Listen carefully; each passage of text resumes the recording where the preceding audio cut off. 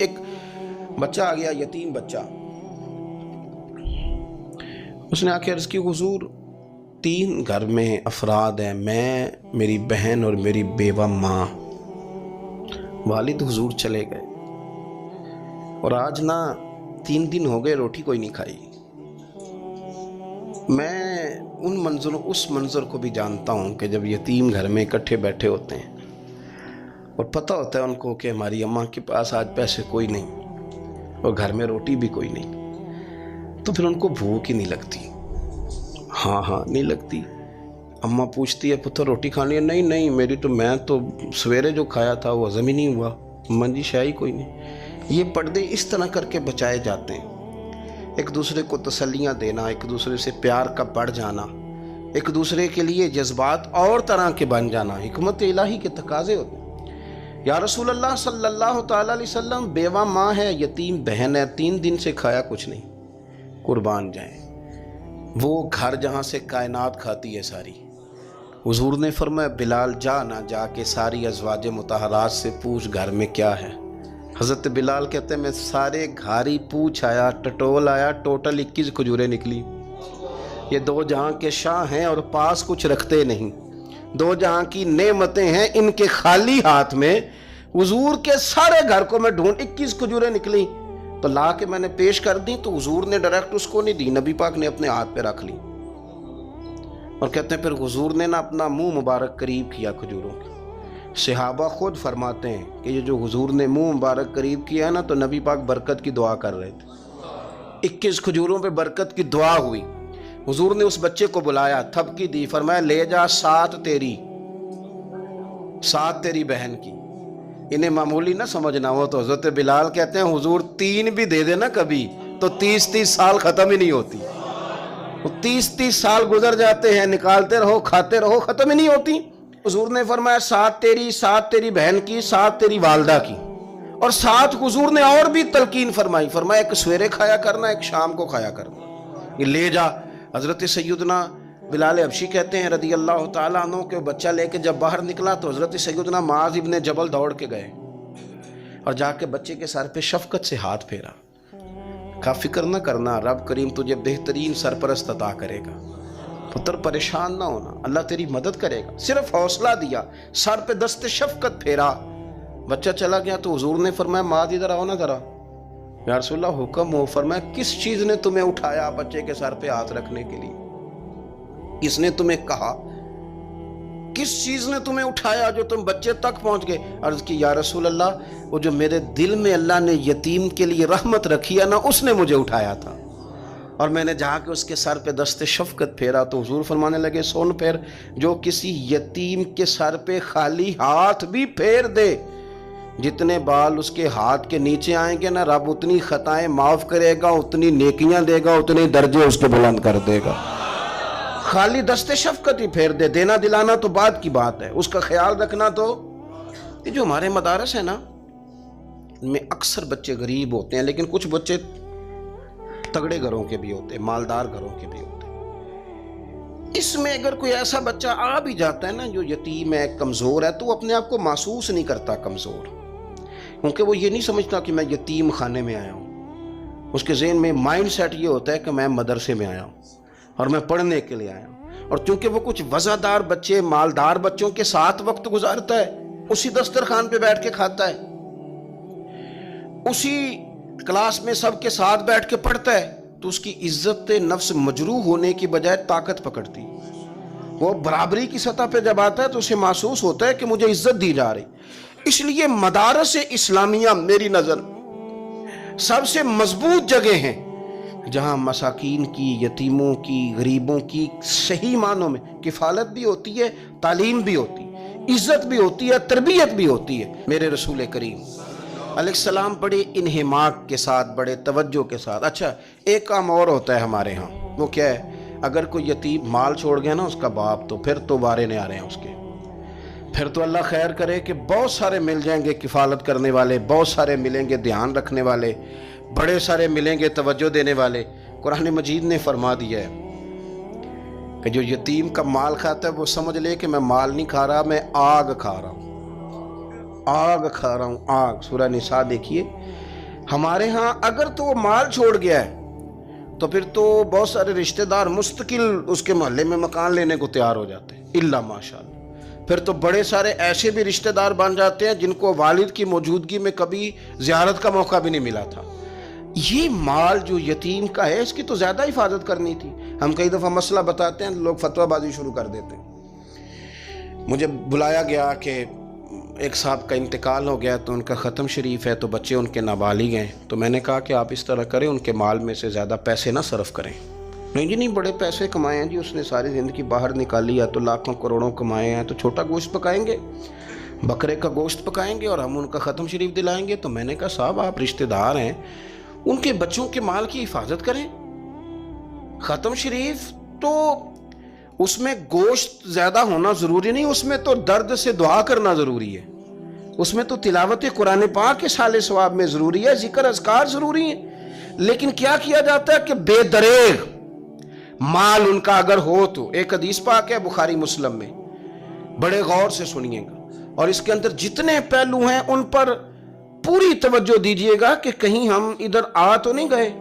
رسول پاک صلی اللہ علیہ وسلم نا ہمارے لیے سب سے بڑے حکیم ہیں، سب سے زیادہ حکمت حضور نے ہمیں بتلائی ہے کہ اس رستے چلو گے تو بچو گے، اس رستے جاؤ گے تو ہلاک ہو جاؤ گے۔ نبی کریم علیہ السلام نے فرمایا، بخاری مسلم ہے، فرمایا 7 ہلاک کرنے والی چیزوں سے بچنا، اگر ان میں تم چلے گئے تو ہلاک ہو جاؤ گے۔ 7 چیزیں ہیں جو تمہیں ہلاک کر دیں، برباد ہو جاؤ گے، تباہ ہو جاؤ گے، ہلاکت کا سفر ہے یہ، 7 چیزوں سے بچو۔ یا رسول اللہ صلی اللہ علیہ وسلم وہ کون کون سی؟ تو حضور نے فرمایا اللہ کے ساتھ شریک نہ کرنا، ہلاک ہو جاؤ گے۔ دوسرا نبی پاک صلی اللہ علیہ وسلم نے فرمایا جادو نہ کرنا، ہلاک ہو جاؤ گے، ہلاک۔ اور یار جسے حضور فرما رہے ہیں ہلاک ہو جائے وہ بچے گا؟ نبی پاک صلی اللہ علیہ وسلم نے تیسرے نمبر پر فرمایا جس شخص کے قتل کرنے کو اللہ نے حرام قرار دیا ہے اسے قتل نہ کرنا، ہلاک ہو جاؤ گے۔ چوتھے نمبر پر رسول پاک علیہ السلام نے فرمایا سود نہ کبھی بھی کھانا، ہلاک ہو جاؤ گے، ہلاک۔ بڑی بڑی دلیلیں دی بینک والوں نے، بڑا سمجھایا تو حاجی صاحب مان گئے، محترم مان گئے، کہنے لگے نہیں جی نہیں وہ کاروبار میں لگاتے ہیں۔ بڑے بھولے بالے ہیں ہم، پتہ سارا ہے۔ اور دیکھو سب کاموں کے باوجود مستقل بینکوں میں پیسے اس اکاؤنٹ میں رکھے ہوئے ہیں جہاں سے مستقل سود آتا ہے۔ حضور نے فرمایا نہ کرنا یہ کام۔ تو کہتا ہے میں سود پہ پیسے لے کے کاروبار چمکاؤں گا، تیرے نبی پاک نے تو فرمایا تو ہلاک ہو جائے گا۔ تو کہتا ہے میں میل لگاؤں گا، حضور نے تو فرمایا ہلاکت ہے۔ تو کہتا ہے میں بڑا کچھ کر جاؤں گا تو ہلاکت ہے۔ اچھی طرح سمجھ لیں، اصل مال بھی ضائع ہو جاتا ہے اس بندے کا جو سود کا مال ملا لیتا ہے، اصل برکت بھی اڑ جاتی۔ اور میرے نبی ایک پاک صلی اللہ علیہ وسلم نے 5ویں نمبر پہ فرمایا یتیم کا مال نہ کھانا، ہلاک ہو جاؤ گے۔ نہ کھانا ان کا مال، یہ کروڑوں ہو، اربوں ہو یا 10 روپے ہو، یتیم کا پیسہ نہ کھا جانا، ہلاک ہو جاؤ گے، ہلاکت تمہیں آ لے گی۔ اور پھر 6 نمبر پر نبی پاک علیہ السلام نے فرمایا کفر سے جہاد ہو رہا ہو تو کبھی پیٹ پھیر کے بھاگنا نہ، ہلاک ہو جاؤ گے۔ اور 7ویں نمبر پر اللہ کے رسول نے فرمایا بے قصور اور بے گناہ عورت پر تہمت نہ لگانا، بلا وجہ بہو کے کھاتے نہ کچھ ڈال دینا، بلا وجہ بھابھی اور بیوی اور کسی بھی خاتون پر کوئی الزام بے قصور عورت پر بہتان نہ لگانا۔ مار مار کے ایک شخص نے بحال کر دیا بیوی کو اور بعد میں پتا چلا کہ جی مجھے شک ہے تویز کراتی ہے۔ کیا آپ کی سوچ ہے؟ مسلمان اللہ کو ماننے والا اور اس باتوں پر الزام لگائے گا تویز کرا کے لاتی؟ بے قصور عورت پر بہتان، یہ ایک تو بات ہے اسے مارنا، اور ایک یہ ہے کہ کوئی تکلیف دینا، اور ایک خالی اتنی بات کی کہ بہتان بھی نہ لگانا، اس پر الزام نہ لگانا، یعنی تم نے صرف بے قصور عورت پر الزام ہی لگایا تو حضور فرماتے ہیں ہلاک ہو جاؤ گے۔ یہ ہلاکت والا کام ہے، لیکن ہم بغیر سوچے سمجھے کہہ دیتے ہیں اس نے کہا ہے، اس نے کیا ہے، یہ کرتی ہے، یہ کام نہیں کریں۔ یہ 7 وہ چیزیں ہیں جو ہلاک کر دیں گی۔ نبی پاک صلی اللہ تعالیٰ علیہ وآلہ وسلم فرماتے ہیں میں نا جنت کا دروازہ کھولوں گا تو ایک عورت کو نا میں سبقت لے جاتے ہوئے دیکھوں گا، یعنی وہ جلدی سے جنت میں داخل ہو رہی۔ یا بعض شارحین کہتے ہیں کہ حضور داخل ہوتے ہی سب سے پہلے اس کا چہرہ دیکھیں گے، حضور فرمائیں گے تم پہلے ہی آ گئی، بی بی جنت میں، حضور نے دروازہ کھولا تو جلدی سے نظر آئی، تو پہلے آ گئی۔ سب نے لکھا ہے کہ اس عورت کی شان یہ ہے کہ سب سے پہلے جنت میں گئی۔ میں نے حدیث پڑھی تو میں نے نیچے حاشیے میں لکھا، میں نے کہا میرا خیال یہ ہے کہ اس کی زیادہ شان یہ ہے کہ جنت میں اس کی سب سے پہلی ملاقات مدینے والے محبوب سے ہو گئی۔ یہ دیکھو کتنی بڑی شان۔ حضور فرمانے لگے تو کیسے پہلے آ گئی، کون ہے تو؟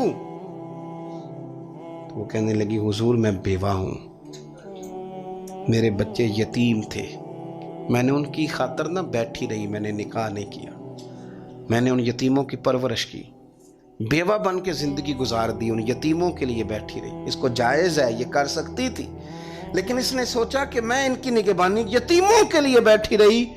آج شان یہ ہے کہ مدینے والے کے لیے جب دروازہ کھلا ہے تو اس بی بی کو بھی رب کریم نے فوراً ہی جنت عطا فرما دی۔ یہ سب سے پہلے گئی۔ میں نے دیکھی ہیں ایسی عورتیں 23 سال میں بیوہ ہوئی پر عمر بچوں کے نام کر دی۔ اسے پتہ تھا کہ کل کو جب یہ بڑے ہوں گے تو یہ اپنے کمرے کا دروازہ بند کر لیں گے، یہ نہیں پوچھیں گے کہ اماں سوئی ہے کہ جاگ رہی ہے، ان کا آنا جانا الگ سے ہو جائے گا، ان کے تعلقات اپنے ہو جائیں گے، پر یہ بیٹھی رہی۔ اس نے بچوں کو وقت دیا تو بچے تو کیا اس کو صلہ دیتے تھے، رب نے یہ صلہ دیا ہے کہ سب سے پہلے اسے جنت میں داخلہ عطا فرمایا۔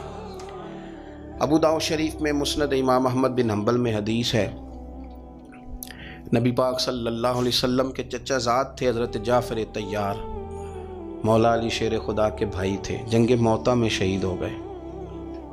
وہاں سے کوئی خبر لے کے نہیں آیا، لیکن رب خبریں دیتا ہے نا اپنے حبیب کو، اللہ غیب کے خزانوں کی کنجیاں دیتا ہے اپنے محبوب کو۔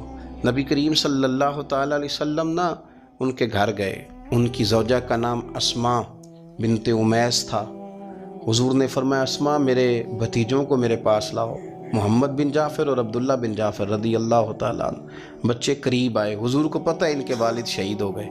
نبی پاک نے اپنی ناک مبارک ان کے رخساروں پہ رکھے، پھر حضور نے ان کا ماتھا چوما، پھر نبی پاک صلی اللہ علیہ وسلم نے سینے سے لگایا، فرمایا حجام کو بلاؤ نا ذرا، ان کے بال تراشے کتنی بڑے ہو گئے، حجامت ہونے والی۔ حضور پیار کر رہے تھے، آنکھوں میں آنسو تھے، تو جناب اسماء قریب آئیں، کہنے لگے حضور میرے شوہر کی کوئی خبر آ گئی ہے؟ تو نبی پاک صلی اللہ تعالیٰ علیہ وسلم نے گردن مبارک اٹھائی تو آنکھوں میں آنسو تھے، فرمایا رب نے میرے بھائی کو شہادت کا درجہ عطا کیا ہے، فرمایا کوئی آہ و بقا نہ کرنا میرے بھائی پر، اللہ نے اسے شہادت کا درجہ دیا ہے۔ حضرت جعفر طیار کے گھر والوں کے لیے حضور نے صحابہ کو حکم دیا کہ یہ غم میں ہیں، ان کے لیے کھانے پکا کے لاؤ۔ پھر نبی پاک ان بچوں سے پیار کرنے لگے، فرمانے لگے یہ جو ہے نا محمد بن جعفر یہ اپنے دادا جناب ابو طالب سے ملتا جلتا ہے، اور یہ جو عبداللہ بن جعفر ہے یہ تو سارا میرے ساتھ ملتا جلتا ہے۔ نبی پاک صلی اللہ علیہ وسلم پیار کرتے، باتیں کرتے، حضرت اسماء رونے لگیں۔ یہ ابو داؤد شریف میں مسند امام احمد بن حنبل میں چمکتے جملے۔ عرض کرنے لگی حضور میرے بچوں کا کیا بنے گا، کون کفالت کرے گا؟ قربان جائیں رسول پاک صلی اللہ علیہ وسلم کے کیا جملے، یتیموں کے لیے حضور کا نوازنے کا کیا انداز ہے۔ فرمایا اسماء تو فکر نہ کر، انا ولیہم فی الدنیا والآخرہ، فرمایا میں دنیا میں بھی ان کا وارث بنوں گا، قیامت کے دن بھی ان کا وارث بنوں گا۔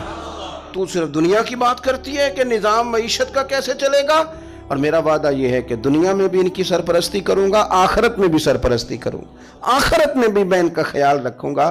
آپ غور تو فرمائیں، توجہ تو کریں کہ اس قدر زیادہ حضور کا انہماک اس طبقے کے ساتھ ہمیں اپنے دائیں بائیں عزیزوں میں، رشتہ داروں میں، دوستوں میں، علاقہ میں، پڑوسیوں میں، محلے داروں میں دیکھنا چاہیے۔ یہ بچے بیچارے میں نے دیکھا ہے، ان کے بگڑنے میں اصل بات یہ ہوتی ہے کہ کوئی مخلص ہو کے سرپرست نہیں بنتا۔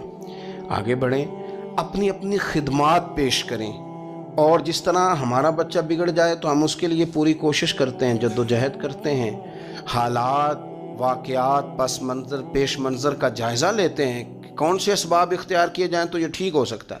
وہ ساری چیزیں ان کے لیے بھی ہمیں اختیار کرنی چاہیے، اور یہ بچے اگر احساس ذمہ داری پکڑ جائیں، جو وارث سے محروم ہو جاتے ہیں، یہ اگر احساس ذمہ داری پکڑ جائیں تو پھر یہ قوموں کی قیادت کرتے ہیں، پھر یہ بہت بڑے جانباز ثابت ہوتے ہیں، پھر یہ اپنے گھر گھرانے کا نہیں، یہ ملتوں کے، قوموں کے لیے مشعل راہ بنتے ہیں۔ لیکن شرط یہ ہے کہ ہم ان کے لیے اپنے دلوں کو کشادہ کریں، سینوں کو وسیع کریں۔ اللہ کریم سمجھنے کی توفیق عطا فرمائے۔ آخر دعوانا ان الحمد